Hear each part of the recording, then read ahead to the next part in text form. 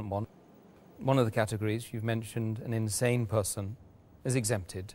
Why is this?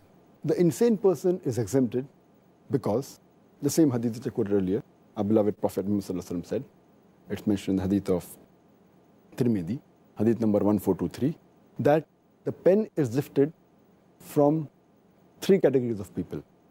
A child till he reaches puberty, a person who's sleeping till he wakes up, and a person who's insane till he becomes a sound mind. So this the Prophet has exempted, and they are free from fasting. The reason is because one of the criteria for the fasting to be accepted is niyyah, is intention. And intention can only be made by a person who's sane, who's sound in mind. Only if he's sound can he willingly intend to fast. If he's insane, he cannot. So that's the reason, if an insane person, whether he fasts or not, it doesn't make a difference at all. It is, he's exempted. And once he becomes sane, he does not have to compensate also for the fast as well, because he's not responsible for that. He's not held responsible. So that's the beauty of Islam. They only held responsible those people who should be held responsible.